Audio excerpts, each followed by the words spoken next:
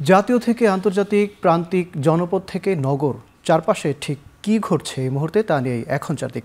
আপনার সঙ্গে আছি আমি মাঝার মাহবুব। ইসলামী ব্যাংকের পরিচালনা পর্ষদ ভেঙে দেওয়া হবে বলে জানিয়েছেন বাংলাদেশ ব্যাংকের governor doctor Ahsan H Mansur. বুধবার দুপুরে কেন্দ্রীয় ব্যাংকের প্রধান কার্যালয়ে কথা জানান তিনি। যারা ব্যাংকটির অর্থ আত্মসাৎ করেছে তাদের নামে বা বেনামে কোনো শেয়ার হোল্ডিং থাকলেও তা গ্রহণ করার কথাও জানান গভর্নর। সরকারিভাবে বাংলাদেশ ব্যাংকের পক্ষ থেকে আমরা একটা বোর্ড, ছোট আকারের একটা বোর্ড আমরা এখানে বসিয়ে দেব, যেটা ইমিডিয়েটলি এটাকে রক্ষণাবেক্ষণ করবেন এবং চেষ্টা করবেন এটাকে দাঁড় করিয়ে রাখতে, যাতে এটা ধসে না যায়। এবং পরবর্তীতে যারা শেয়ার নিয়ে আসতে পারবেন, কিনতে পারবেন, তাদের কাছে আমরা এটা হস্তান্তর করব। যারা এখান থেকে প্রচুর পরিমাণে অর্থ আত্মসাৎ করে চলে গেছে, তাদের যদি কোনো শেয়ার হোল্ডিং এখানে থাকে, নামে বা বেনামে যে নামে নিক না কেন, সেই শেয়ার হোল্ডিংটা আমরা কন্ট্রোলটা নিয়ে নিচ্ছি until realise the full amount.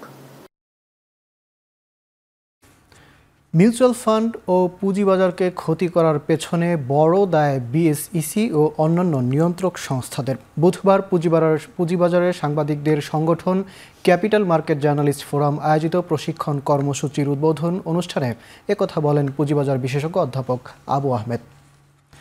অধ্যাপক আবু আহমেদ বলেন, কিছু ব্যক্তিকে সুবিধা দিতে যেয়ে পুঁজিবাজারের ক্ষতি করেছে বিএসইসি।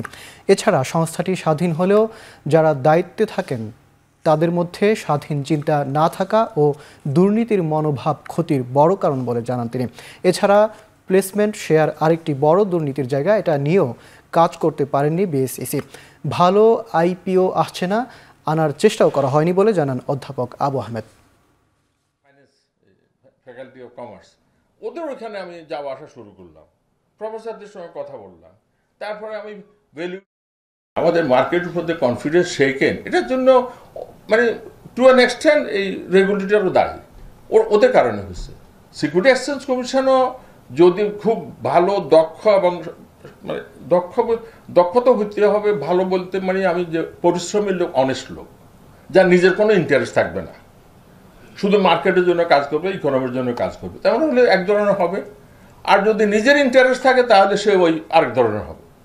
এখন পাওয়ার তো দিলেন, কিন্তু পাওয়ারটা মিসইউজ করবে তখন, তাই করেছে। মোবাইলে আর্থিক সেবাদাতা প্রতিষ্ঠান নগদে 1 বছরের জন্য প্রশাসক নিয়োগ দিয়েছে কেন্দ্রীয় ব্যাংক।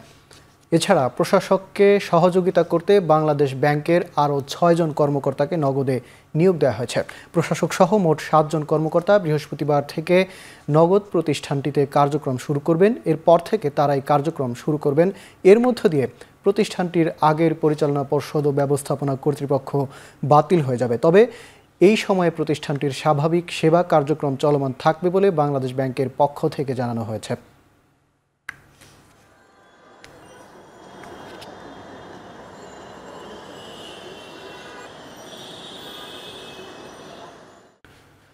দেশের বন্যা পরিস্থিতি মোকাবেলায় সব ধরনের প্রস্তুতি রয়েছে বলে জানিয়েছেন অন্তর্বর্তী সরকারের প্রধান উপদেষ্টার প্রেস সচিব শফিকুল আলম। এছাড়া পাচার অর্থ ফেরত আনতে যুক্তরাজ্যের সহায়তা চাওয়া হয়েছে বলে জানিয়েছেন তিনি।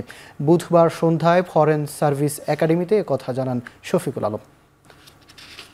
প্রফেসর ইউনূস ব্রিটিশ ইনভেস্টরদেরকে বলেছেন বাংলাদেশে ইনভেস্ট করার জন্য। উনি সারাকুক বলেছেন হ্যাঁ তারা দেখবেন। পিস অ্যান্ড স্টেবিলিটির কথা বলেছেন বাংলাদেশে। আর হচ্ছে যে হিউম্যান টু হিউম্যান যে রিলেশনশিপ, পিপল টু পিপল যে আমাদের বন্ডিং, জাপানিজ পিপল এবং বাংলাদেশ পিপল, প্রচুর ফান্ডিং দরকার। তো সেই জন্য উনি জাপানের কাছে ফিনান্সিয়াল অ্যাসিস্ট্যান্ট চেয়েছেন। অন্তর্বর্তী সরকারের প্রধান উপদেষ্টা ডক্টর মোহাম্মদ ইউনূসের সাথে বৈঠক করেছেন জাপানি রাষ্ট্রদূত ইউয়ামা কিমুনেরে। বুধবার দুপুরে প্রধান উপদেষ্টার বাসভবন ও কার্যালয় যমুনায় এ বৈঠক অনুষ্ঠিত হয়।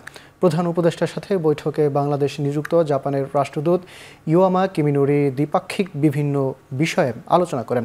এ সময় তারা জাপান ও বাংলাদেশের মধ্যে যে সম্পর্ক রয়েছে তা চালিয়ে যাওয়ার বিষয় নিয়েও আলোচনা করেন।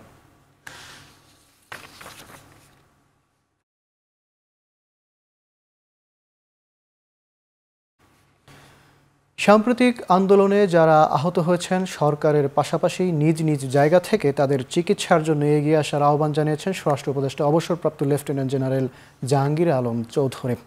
বুধবার সকালে বিজিবি হাসপাতালে আহতদের পরিদর্শন শেষে এমন আহ্বান জানান তিনি। বৈষম্য বিরোধী ছাত্র আন্দোলনের সহিংসতায় বিজিবি হাসপাতালে ১৯ বিজিবি সদস্য, ২২ জন শিক্ষার্থী এবং সাধারণ জনগণ চিকিৎসাধীন আছেন। তারা সবাই শারীরিকভাবে সুস্থ আছেন বলেও জানিয়েছেন স্বরাষ্ট্র উপদেষ্টা। তিনি আরও বলেন, এই হাসপাতালে চিকিৎসাধীন আহতদের বিশ্বমানের চিকিৎসা দেওয়া হচ্ছে।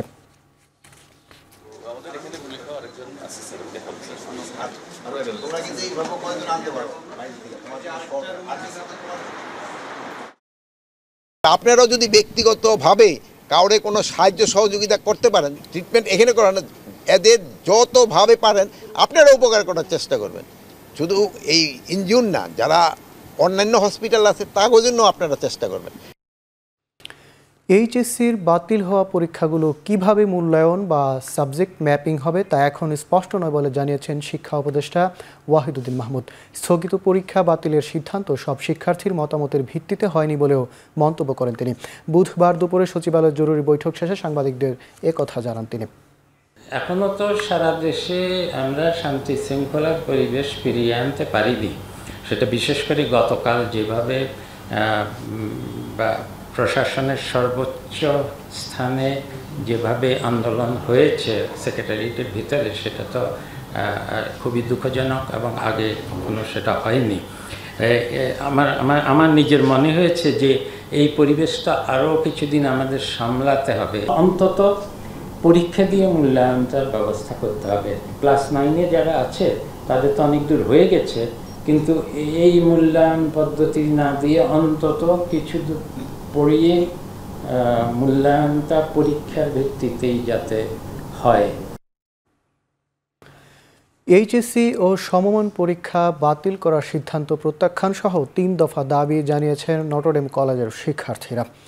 জাতীয় প্রেস ক্লাবের সামনে এক মানববন্ধনে অংশ নিয়ে শিক্ষার্থীরা এই দাবি জানান। তারা বলেন, এইচএসসি ২০২৪ ব্যাচের পরীক্ষা নিয়ে সব পক্ষের সাথে আলোচনা না করে একপাক্ষিকভাবে যে প্রজ্ঞাপন জারি করা হয়েছে তা বাংলাদেশের মেধাবী ছাত্র সমাজ প্রত্যাখ্যান করছে। বৈষম্য বিরোধী ছাত্র আন্দোলন সংগঠিত হয়েছিল মেধার বিজয় সুনিশ্চিত করার জন্য। দেশে এখন পরীক্ষা না নিয়ে পরিশ্রমী শিক্ষার্থীদের মেধার যে অবমূল্যায়ন করার সিদ্ধান্ত নেওয়া হয়েছে তা অযৌক্তিক। আমরা চাই বৈষম্যহীন বাংলাদেশে মেধার যাতে বন্যা তো আর সারা জীবন থাকবে না বা সারা বছর থাকবে না। একটা সময় বন্যার পানি কমে গেলে সবাই একসঙ্গে আমাদের সঙ্গে পরীক্ষা দেয়।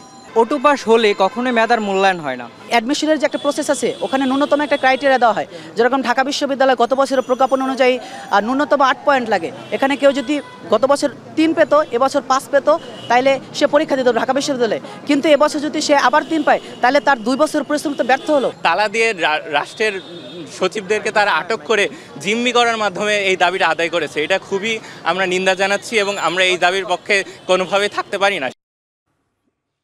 বিএনপি চেয়ারপারসন খালেদা জিয়াকে চিকিৎসার জন্য এখনও বিদেশে নিয়ে যাওয়ার মতো পরিস্থিতি তৈরি হয়নি বলে জানিয়েছেন বিএনপির স্থায়ী কমিটির সদস্য ডক্টর এজেডএম জাহিদ। তাই আপাতত বাসাতেই চিকিৎসা চলবে। এর আগে মুক্তির পর প্রথমবার চিকিৎসা শেষে হাসপাতাল থেকে বাসায় ফেরেন বিএনপি চেয়ারপারসন খালেদা জিয়া। বুধবার সন্ধ্যা 7টায় মেডিকেল বোর্ডের সিদ্ধান্ত মোতাবেক বিএনপির চেয়ারপারসন বেগম খালেদা জিয়া দীর্ঘদিন চিকিৎসা শেষে রাজধানীর এভারকেয়ার হাসপাতাল থেকে গুলশানের বাসভবন ফিরোজার উদ্দেশ্যে রওনা হন। এর আগে গত 7 জুলাই দিবাগত রাতে গুলশানের বাসভবন ফিরোজার বিএনপির চেয়ারপারসন অসুস্থ হয়ে পড়েন। পরে মেডিকেল বোর্ডের সিদ্ধান্ত মোতাবেক জরুরি ভিত্তিতে পরদিন রাজধানীর এভারকেয়ার হাসপাতালে ভর্তি করানো হয়।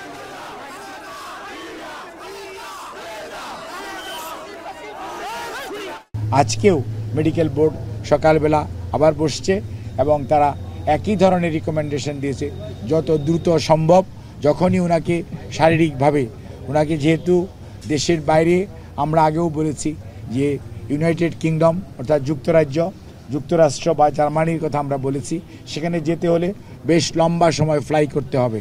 সেই জন্য একটি শারীরিক সুস্থতার প্রয়োজন আছে।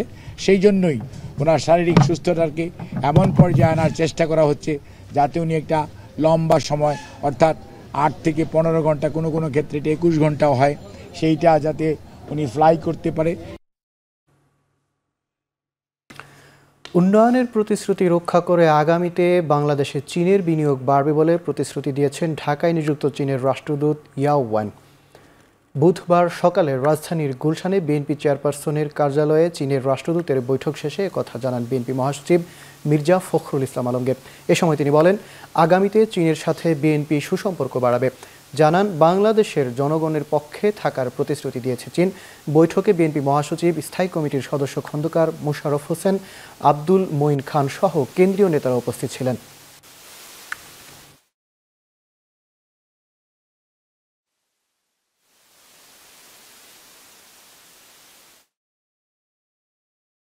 ছাত্র রাজনীতি নয়, বরং যারা গত 15 বছর ধরে ক্যাম্পাসে হল দখল, সন্ত্রাস ও অনিয়ম করেছে তাদের নিষিদ্ধ করতে হবে বলে মন্তব্য করেছেন ছাত্রদলের সাধারণ সম্পাদক নাসির উদ্দিন। বুধবার নয়াপল্টনে জাতীয়তাবাদী ছাত্রদলের জরুরি সংবাদ সম্মেলনে এসব বলেন তিনি। এ সময় ছাত্রদলের সভাপতি রাকিবুল ইসলাম বলেন, বৈষম্য বিরোধী ছাত্র আন্দোলনে শুধু ছাত্রদলের 49 জন নিহত হয়েছেন। নির্যাতনের শিকার হয়েছেন 2000-এর বেশি। শিক্ষার্থীদের অধিকার নিশ্চিতে ক্যাম্পাসে ছাত্র রাজনীতি প্রয়োজন বলেও উল্লেখ করেন কেন্দ্রীয় নেতারা। সেই সাথে ছাত্রদলের নামে কোনো বিশৃঙ্খলা, চাঁদাবাজির অভিযোগ পেলেও ব্যবস্থা নেওয়ার কথা জানান তারা। আজকের এই সংবাদ সম্মেলনে পরিসমাপ্তি হয়েছে খনি হাসিনা সরকারের পদত্যাগের মাধ্যমে এবং সেই আন্দোলনে বাংলাদেশ এই 15.5 বছর আমরা যে ধরনের অত্যাচার, নির্যাতন, গুম খুনের শিকার হয়েছি, যদি সেই ধরনের অত্যাচার, নির্যাতন, গুম খুনের শিকার হতো তাহলে অবশ্যই প্রতিহিংসার রাজনীতি প্রত্যক্ষ করতে হতো এবং ক্যাম্পাসগুলো পরিলক্ষিত হতো। রাজনীতির জন্য, শিক্ষার্থীদের অধিকারের জন্য অবশ্যই ছাত্র রাজনীতির প্রয়োজন রয়েছে। যারা সন্ত্রাস, চাঁদাবাজি করেছে, পিটিয়ে মানুষ মেরে ফেলেছে, ফল দখল, চিন্তায়ের মতো ঘটনা ঘটেছে, যে ছাত্র সংগঠন, তাদের রাজনীতি বন্ধ করার সময় এসেছে। কিন্তু ছাত্রদের অধিকারের জন্য ছাত্র রাজনীতি দরকার আছে বলে আমরা দৃঢ়ভাবে বিশ্বাস করি। এখন দিকে নিচ্ছি ছোট্ট একটা বিরতি, ফিরছি একটু পরে।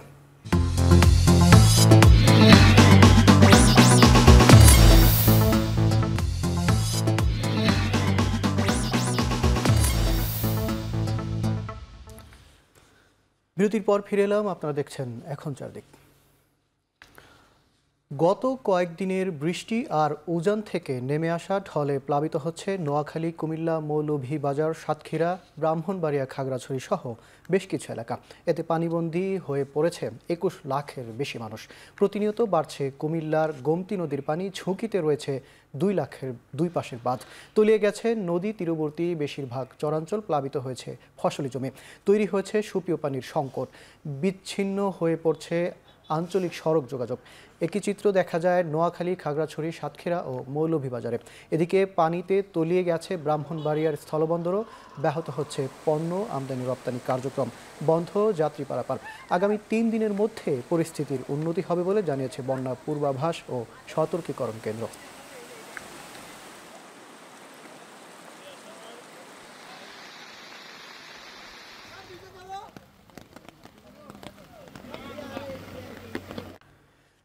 এদিকে গেল কয়েকদিনের ভারী বৃষ্টিতে তলিয়ে গেছে ভারতের পশ্চিমবঙ্গের 8 জেলার নিম্নাঞ্চল। পানিবন্দী কয়েক হাজার মানুষ, স্থবির হয়ে পড়েছে জনজীবন।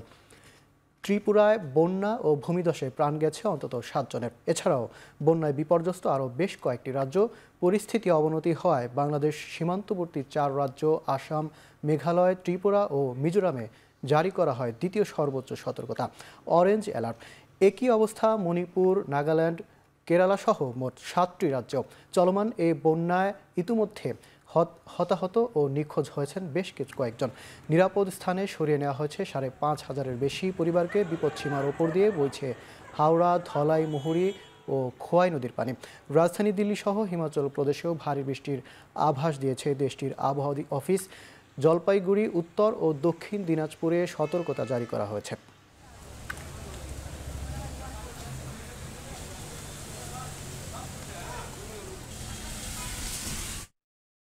আগামী 24 ঘন্টায় বন্যা পরিস্থিতি অপরিবর্তিত থাকবে বলে জানিয়েছে বন্যা পূর্বাভাস ও সতর্কীকরণ কেন্দ্র। এরপর স্বাভাবিক হতে শুরু করবে পরিস্থিতি। বিপদসীমার ওপরে বইছে মৌলভীবাজার, হবিগঞ্জ, ফেনী ও চট্টগ্রাম জেলার 7টি নদীর পানি। পূর্বাঞ্চলের কুমিল্লা জেলার গোমতী নদীর পানি আগামী 24 ঘন্টার মধ্যেই বিপদসীমা অতিক্রম করার সম্ভাবনা রয়েছে। এর ফলে কুমিল্লা জেলার নিম্নাঞ্চলেও স্বল্পমেয়াদী বন্যা পরিস্থিতি ঝুঁকি রয়েছে। 24 ঘন্টা পরবর্তী সময়ে দেশের দক্ষিণ পূর্বাঞ্চল এবং উত্তর পূর্বাঞ্চল এবং তৎসংলগ্ন ত্রিপুরা অঞ্চলে ভারী বৃষ্টির প্রবণতা আরও কিছুটা স্তীমিত হয়ে আসতে পারে এবং এর ফলে 24 ঘন্টা পরবর্তী সময়ে বন্যা পরিস্থিতির কিছুটা উন্নতি হওয়ার সম্ভাবনা রয়েছে এবং ক্রমান্বয়ে নদ নদীর পানিও কমে আসতে পারে আশা করা যাচ্ছে। ভারতের ডুম্বুর গেট খুলে দেওয়ায় প্রতিবাদে মশাল মিছিল করেছে জাহাঙ্গীরনগর বিশ্ববিদ্যালয়ের শিক্ষার্থীরা। একই সঙ্গে প্রতিবেশী দেশটির সাথে পানি চুক্তির ন্যায্য হিস্যার দাবি জানান আন্দোলনকারীরা। বুধবার রাতে বিশ্ববিদ্যালয়ের মুরাদ চত্বর থেকে মশাল মিছিল বের করা হয়। মিছিলটি বিশ্ববিদ্যালয়ের বিভিন্ন সড়ক প্রদক্ষিণ করে বটতলায় গিয়ে শেষ হয়। শিক্ষার্থীরা জানান কোনো ধরনের পূর্ব নোটিশ ছাড়াই ভারত ডুম্বুর গেট খুলে দিয়েছে। এতে বাংলাদেশের বিভিন্ন জেলায় আকস্মিক বন্যা দেখা দিয়েছে, পানিবন্দী হয়ে পড়েছে লাখ লাখ মানুষ। এ সময় ভারতীয় আগ্রাসন বন্ধে সরকারের কঠোর হস্তক্ষেপ কামনা করেন তারা।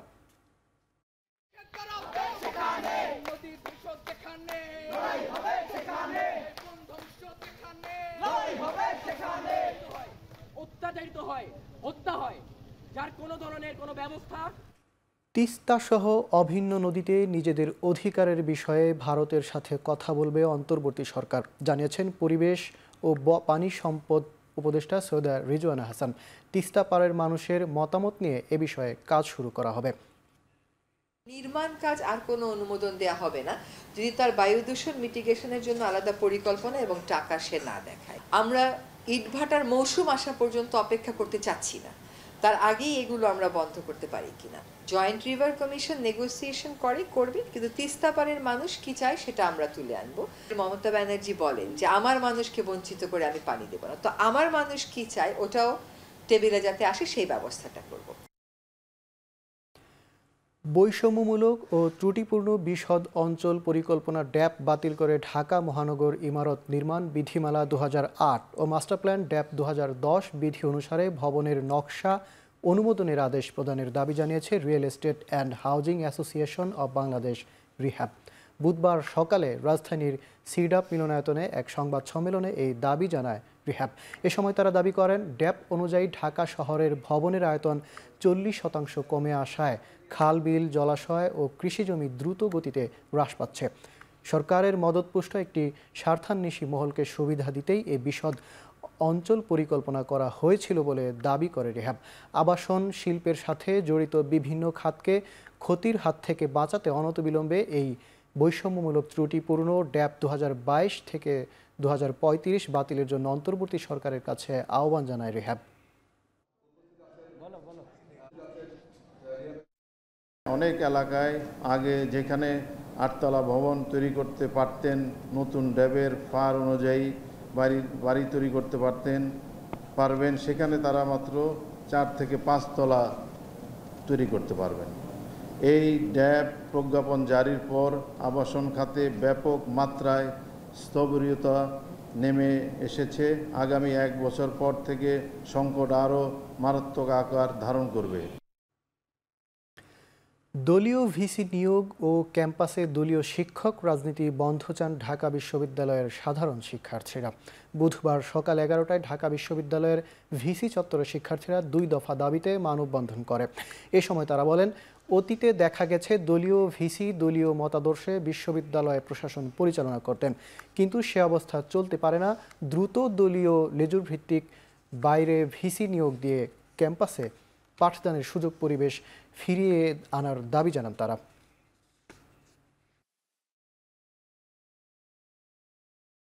প্রধান দাবি হচ্ছে ক্যাম্পাসে সকল ধরনের লেজুর ভিত্তিক ছাত্র শিক্ষক এবং কর্মচারী যে রাজনীতি আছে আমরা নিষিদ্ধ চাই, যে রাজনীতি আর ক্যাম্পাসে থাকবে না। কোনো নির্দিষ্ট দলের কোনো লোক যাতে ঢাকা বিশ্ববিদ্যালয়ের ভিসি পদের মতো একটা গুরুত্বপূর্ণ পদে বসতে না পারে। আমরা শিক্ষার্থী বান্ধব, নির্দলীয় এবং শিক্ষার্থীদের কল্যাণে, বিশ্ববিদ্যালয়ের কল্যাণে একজন যোগ্যতা সম্পন্ন ভিসি চাই। আমাদের সকলের প্রাণের দাবি, আমরা আমাদের কর্মসূচি চালিয়ে যাব। যদি আমাদের দাবি মেনে নেওয়া না হয় আমরা এখানে আরও কঠোর কর্মসূচি দিব, আমরা রাজপথে থাকব। ৪৮ ঘন্টার মধ্যে এফবিসিসিআইয়ের বর্তমান পরিচালনা পরিষদের পদত্যাগ ও সংস্কারের দাবি সাধারণ পরিষদের সদস্যবৃন্দদের। বুধবার সকালে মতিঝিলে এফবিসিসিআই ভবনের সামনে মানববন্ধনে দাবি জানান তারা। এতে অংশ নিয়ে আন্দোলনকারীরা বলেন, বর্তমান বোর্ডের সদস্যরা সরকারের দাবিদারি করেছে, সিন্ডিকেট করে পণ্যের দাম বাড়িয়ে ভোক্তাদের জিম্মি করেছে। এ সময় গণতান্ত্রিক প্রক্রিয়ায় যোগ্যতার ভিত্তিতে নতুন করে কমিটি গঠনের দাবি জানান তারা। পাশাপাশি প্রশাসক নিয়োগ করে পুরো ব্যবস্থা ঢেলে সাজানোর দাবি সাধারণ পরিষদের সদস্যদের।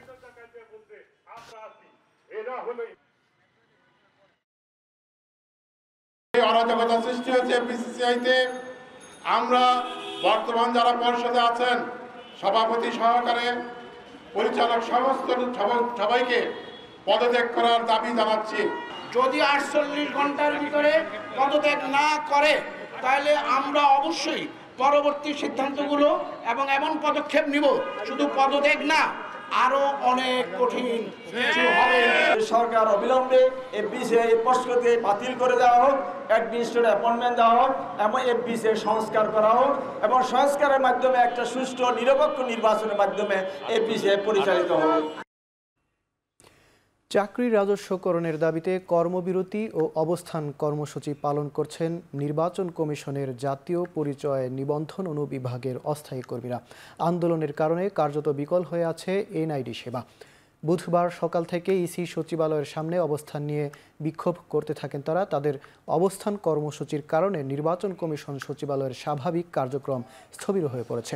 বিক্ষোভে যোগ দিয়েছেন সারা দেশে কর্মরত এনআইডির আউটসোর্সিংয়ের কর্মীরা। 2007 সাল থেকে নির্বাচন কমিশনে প্রকল্প ভিত্তিক এই কার্যক্রম চলে আসছে। প্রায় 2200 জনবল জাতীয় পরিচয়পত্র সেবা কার্যক্রমে চুক্তিভিত্তিক কাজ করছেন। তারা বলছেন, চাকরি স্থায়ীকরণ না হলে কাজে ফিরবেন না তারা।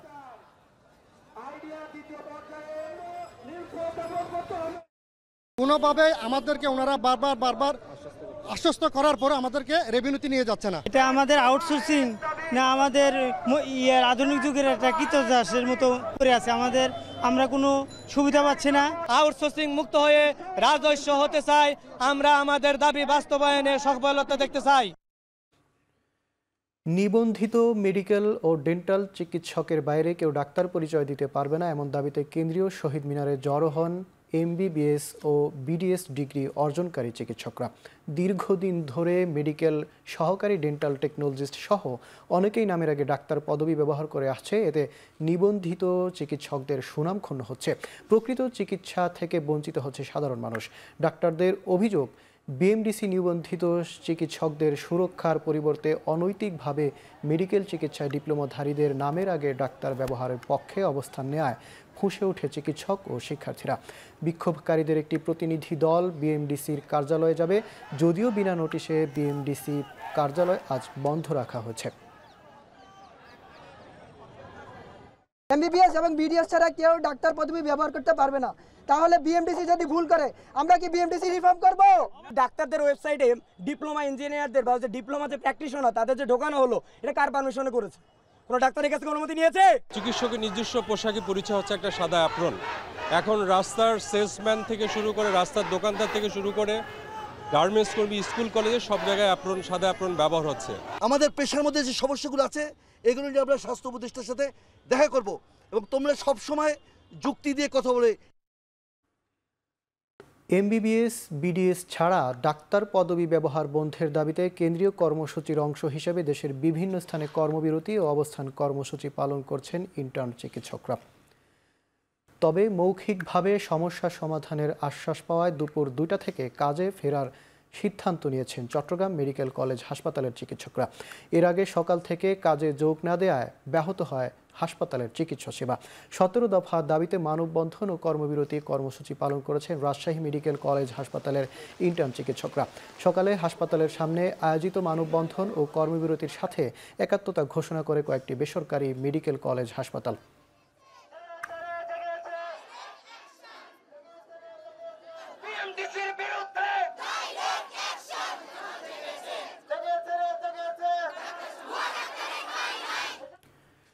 বৈষম্য বিরোধী ছাত্র আন্দোলনে আহত রোগীদের চিকিৎসায় টাকা নেয়ার মিথ্যা অপপ্রচারের প্রতিবাদে মানববন্ধন করেছে গণস্বাস্থ্য কেন্দ্রের বৈষম্য বিরোধী সাধারণ শিক্ষার্থী ও কর্মীরা।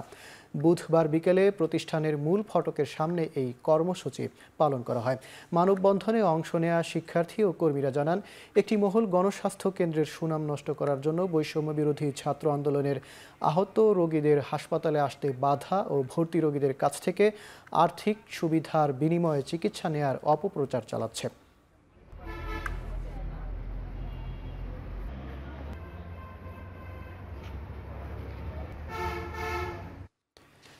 এখন চারদিকে নিচ্ছি আরেকটা বিরতি, ফিরছি একটু পরে।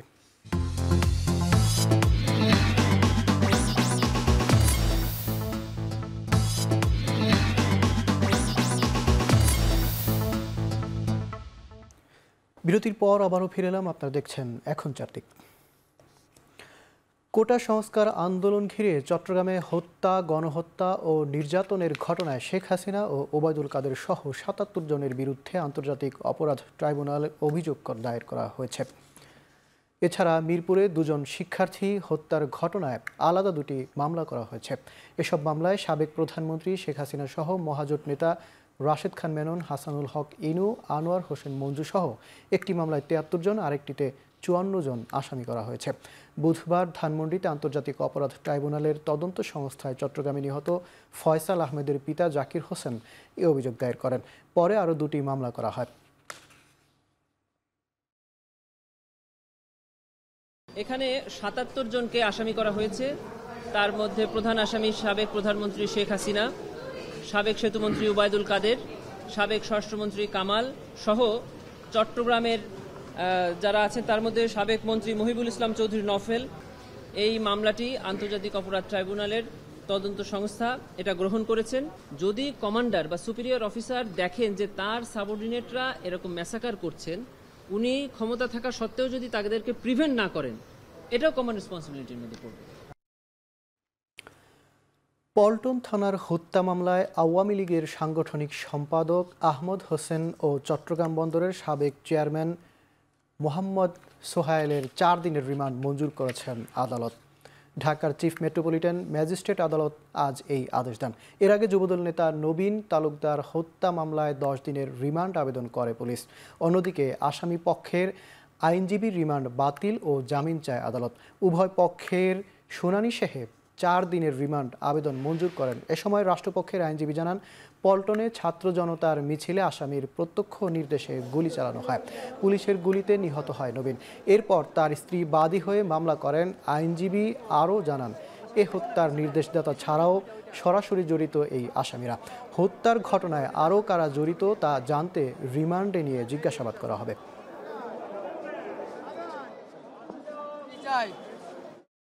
গত 19/7/2024 তারিখে পল্টনে ছাত্র জনতার যে মিছিল হয়েছিল, সেই মিছিলে এবং তাদের হাসিনার পদত্যাগের দাবির যে মিছিল, সেই মিছিলে তাদের গুলি চালিয়ে এই মামলার যে ভিকটিম নবীন তালুকদার তাকে হত্যা করা হয় এবং তার স্ত্রী বাদী হয়ে পল্টন থানায় মামলা করে।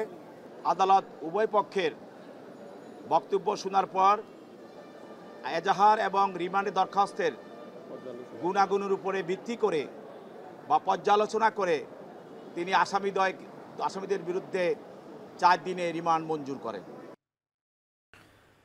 টেকনাফে বিএনপি নেতাকে হত্যা চেষ্টা মামলায় গ্রেপ্তার কক্সবাজার 4 আসনের সাবেক সংসদ সদস্য আব্দুর রহমান বদিকে কারাগারে পাঠিয়েছে আদালত। বুধবার বিকেলে কক্সবাজারের জ্যেষ্ঠ বিচারিক হাকিম আমিমুন তানজিনের আদালত এ আদেশ দেন। এ সময় পুলিশ বদির 5 দিনের রিমান্ড আবেদন করে, যার শুনানির দিন এখনও ধার্য হয়নি। মঙ্গলবার রাতে চট্টগ্রামের পাঁচশাইল এলাকা থেকে তাকে গ্রেপ্তার করা হয়। রাতেই তাকে কক্সবাজার নেওয়া হলেও দুপুরে তাকে পুলিশের কাছে হস্তান্তর করে র্যাব। গত 18 আগস্ট আব্দুর রহমান বদিকে 1 নম্বর আসামি করে 30 জনের নাম উল্লেখ করে হত্যা মামলা দায়ের করেন বিএনপির নেতা মোহাম্মদ আবদুল্লাহ। 2014 সালে 10ম সংসদ নির্বাচনে কক্সবাজার 4 আসন থেকে আওয়ামী লীগের মনোনয়ন নিয়ে সংসদ সদস্য নির্বাচিত হন বদি।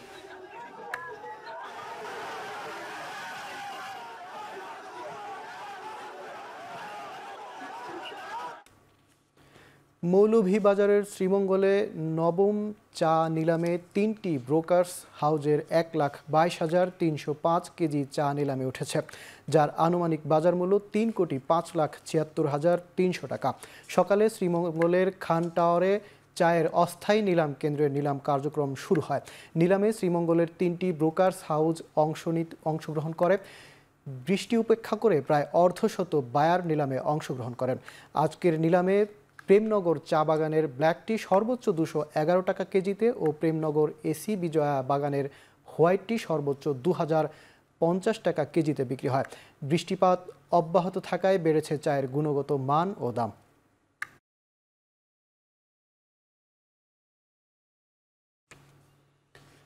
উত্তরের জেলা গাইবান্ধার একমাত্র ভারী শিল্প প্রতিষ্ঠান রংপুর চিনিকল সচলের দাবিতে মানববন্ধন ও বিক্ষোভ কর্মসূচি পালিত হয়েছে।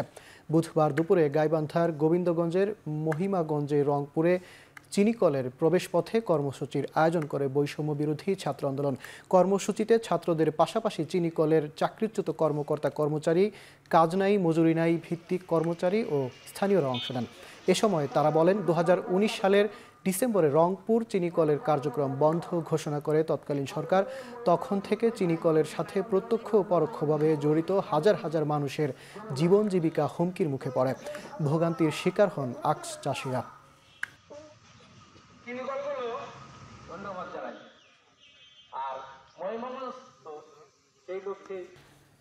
এখন চারদিকে নিচ্ছে আরেকটা বিরতি, ফিরছি একটু পরে।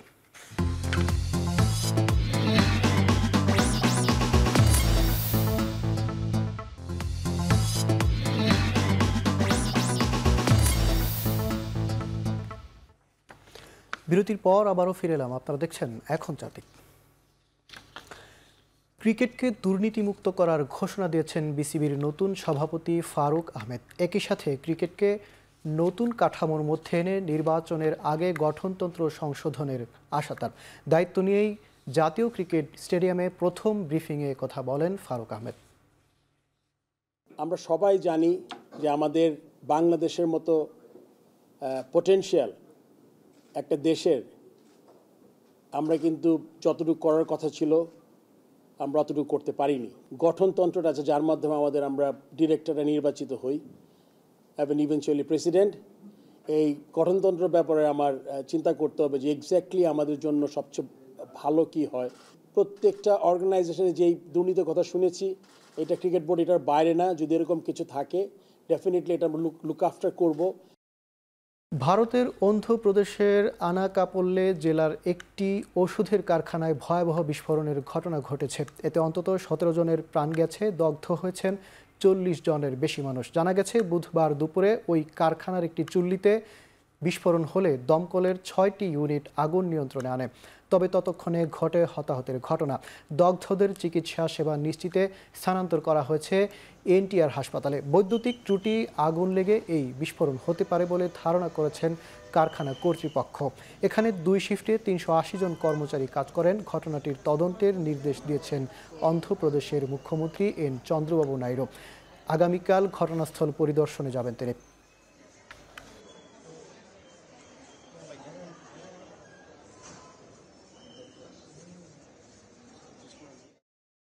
ভূমধ্যসাগরে ইতালির সিসিলি উপকূলে বিলাসবহুল ছোট প্রমোত্তরী ডুবে নিখোঁজ 5 জনের মরদেহ উদ্ধার করা হয়েছে। বুধবার উদ্ধার হওয়া মৃতদেহগুলোর পরিচয় তাৎক্ষণিকভাবে নিশ্চিত করা হয়নি। বর্তমানে মৃতদেহগুলোকে স্থানীয় একটি হাসপাতালে রাখা হয়েছে। তবে সংবাদ মাধ্যম ডেইলি টেলিগ্রাফ বলছে, প্রমোত্তরী ডুবির ঘটনায় সবশেষ উদ্ধার হওয়া মৃতদেহের মধ্যে ব্রিটিশ ধনকুবের মাইক লিন্স ও তার 18 বছর বয়সী মেয়ের নিথর দেহ রয়েছে। গেল সোমবার ব্রিটিশ পতাকাবাহী 56 মিটারের ছোট প্রমোত্তরী বায়েসিয়ান টর্নেডোর কবলে পড়ে ডুবে যায়। ওই দিনই একজন প্রাণ হারিয়েছিলেন।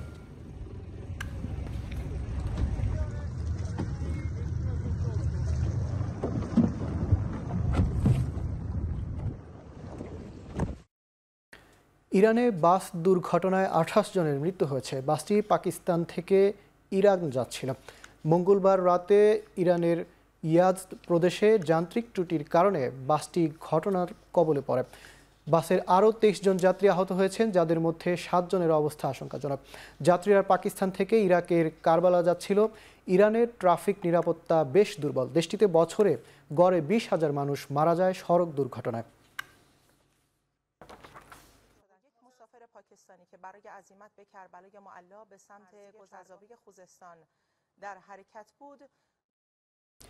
আচমকা রাশিয়ার মুসলিম প্রধান প্রজাতন্ত্র চেচনিয়া সফরে গেছেন রুশ প্রেসিডেন্ট ভ্লাদিমির পুতিন। 13 বছরের মধ্যে প্রথমবারের মতো উত্তর ককেশাসের এই অঞ্চলে পা রাখলেন তিনি।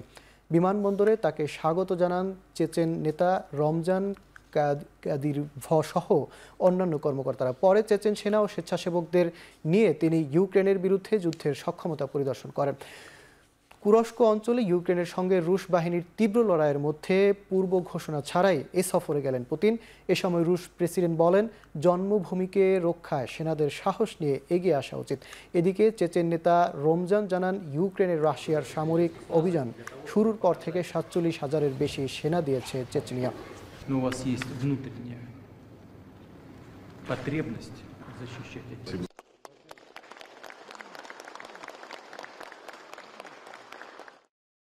যুদ্ধবিরতির চুক্তি কার্যকরে ব্যর্থ হয়ে মধ্যপ্রাচ্য সফর শেষ করলেন মার্কিন পররাষ্ট্রমন্ত্রী অ্যান্টনি ব্লিংকেন। তবে যুদ্ধবিরতির চুক্তি বাস্তবায়নে এখনও আশাবাদী তিনি। দোহায় সাংবাদিকদের ব্লিংকেন বলেন, চুক্তিটি খুব দ্রুত বাস্তবায়ন করা দরকার, এজন্য যথাসাধ্য চেষ্টা করবে যুক্তরাষ্ট্র। তিনি জানান, ইসরায়েলি বাহিনীর দীর্ঘমেয়াদী গাজা দখলকে মেনে নেবে না যুক্তরাষ্ট্র। গাজা উপত্যকায় যুদ্ধবিরতি এবং বন্দি বিনিময়ের প্রচেষ্টায় গতি আনতে এ নিয়ে নবমবারের মতো মধ্যপ্রাচ্য সফরে এসেছেন মার্কিন পররাষ্ট্রমন্ত্রী। আগামী সপ্তাহে আবারও একই উদ্দেশ্যে মধ্যপ্রাচ্য সফর করবে মার্কিন প্রতিনিধি দল। এবারের আলোচনা ছিল গাজা মিশর সীমান্তে কৌশলগত দিক নিয়ে।